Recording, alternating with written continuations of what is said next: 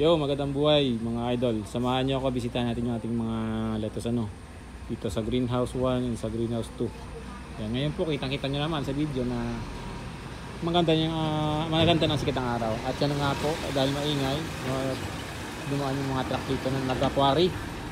Yan. Yan po yung tindahan o kainan na gusto po natin i-convert yan sa hydroponics na indoor setup. Yan.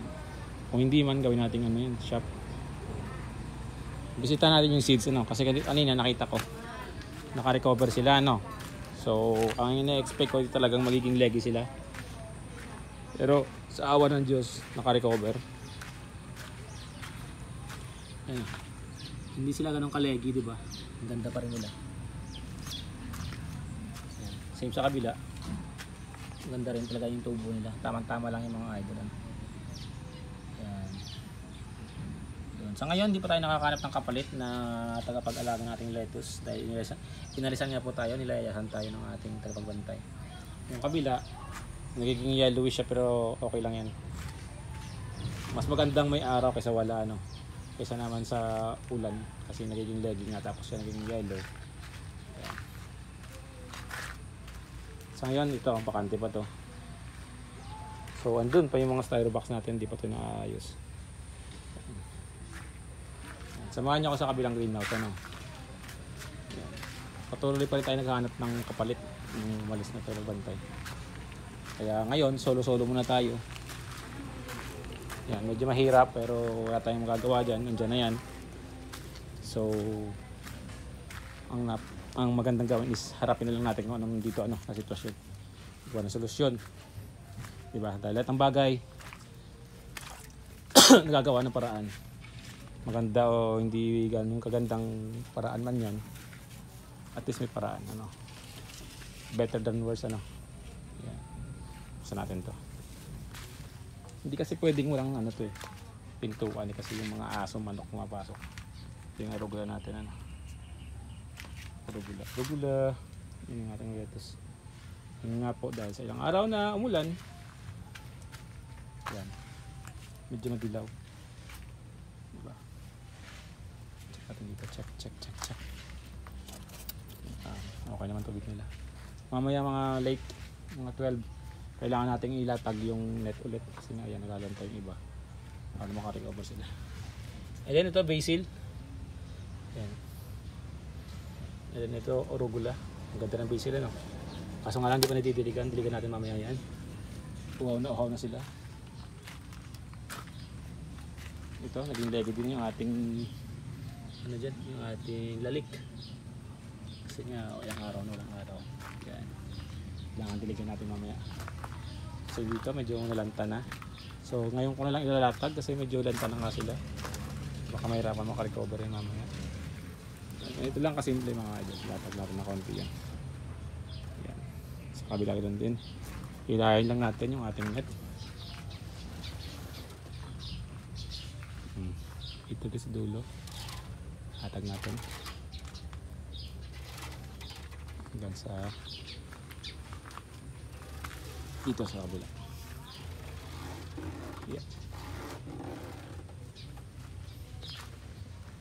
Alright, konti pa. Nice.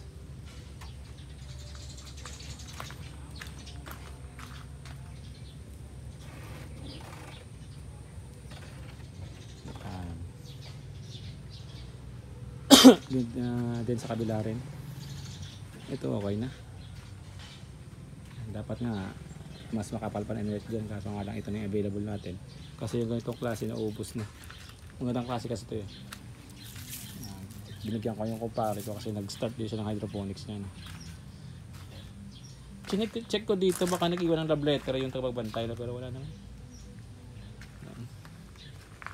walang love letter na iwan. So ito tatagin natin ito. Latagin natin. Yan. Ito, medyo okay. Ito makapal natin. Okay. Sa kabila rin. Banatin natin. Yan. Ito yung solo. Sanay naman ako mag-solo dito sa hydroponics na to. Pero yun nga. Pero pag yung ganitong plano natin mag-expand like every week, gusto natin mag-harvest ng 500 heads ng lettuce. Medyo mahirap na yun mga idol. Kaya kumuha ko ng tao para ma-maximize. At madoble yung production natin. Sa mga palad, iniwan tayo sa ere ng ating pagbantay. So yun, tiisin natin. Yan, ito yung tsura niya pag nakalatag na ano. Ito ako sa labas para makita niyo. Alright. Yan. Diba? Sa kabila din mamaya sa greenhouse number 2 ilalatag ko rin yun ano. Ito dapat to binubunot na yung mga anong para hindi pamahaya ng mga insekto dyan ang mga pumupunggus habang maliit tanggalin na. Diba?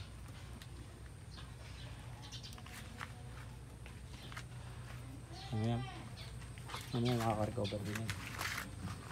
Yan. So bago pa lang sa ating channel ano, pamasko nyo na sa akin ano. Mag-subscribe na kayo at kung nagustuhan niyo po yung ating video na to ay pa-click na rin po ng notification bell at like button ano para po lagi po tayong na-notify sa ating mga susunod na mga videos na gagawin ano para sa inyo. Yan, kung meron po kayong katanungan about po sa pagtatanim ng hydroponics, huwag po tayo magdalawang isip na mag-message o mag-comment sa atin ano. Yan, at pipilitin po natin sagutin yan na naaayon sa ating kaalaman. At kung hindi man natin alam ang sagot, syempre i-research natin yan para sa inyo ano. Yan. Yan mga idol. Sa ngayon po, ito muna ang ating video no. Yan. Sana po ay nasa mabuti kayong kalagayan habang nanonood ng ating video. Yan, sa mayroong mga dalahin sa buhay, sana po ay nakatulong po itong video na to para po mapagaan ng konti yung mga problema. Yan. Huwag po tayo mawalan ng pag-asa. Lahat po ng problema ay may solusyon. Lagi po natin tatandaan yan. Basta lagi tayo nanalangin na sa ating dakikang lumikha. Ang buhay po ay kakambalan yan yung problema. Kasama po yun sa buhay na hindi po makakompleto yung buhay o hindi po kompleto yung definition ng buhay kung walang problema. Lagi natin tatandaan yan. Yan. Imbis na isipin mo ng malalim yung problema mo, isipin mo kung ano yung solusyon. Yan, para hindi po tayo mahirapan ano. Yan. At huwag po tayong manahimik kung may problema ka na mahirapan ka, ikwento mo sa mga mahal mo sa buhay ano. Yan, para magumaan yan. Huwag mo sarili niya ano. Nade-depress ka niyan, anxiety, depression, ay hirap yan. Diba mga idol? Yan, laban lang tayo sa buhay ano. Huwag tayo susuko. Yan. So mga idol, again po, kung nagustuhan niyo po yung video natin na to, please pa-subscribe po, pa-share po sa mga mahal niyo sa buhay. Yan. Pa-like na rin po kung nagustuhan niyo at pa-click na rin po ng notification bell ano, para lagi kayong updated sa ating mga videos. Yan. Again po, maraming salamat. Tayo po muna yung pagpapaalam. Yan. Maraming salamat po ulit. God bless you. God bless us. Ingat po kayo dyan sa mga kapwa ko OFW. Mabuhay kayo. Bye-bye. Happy farming. See you.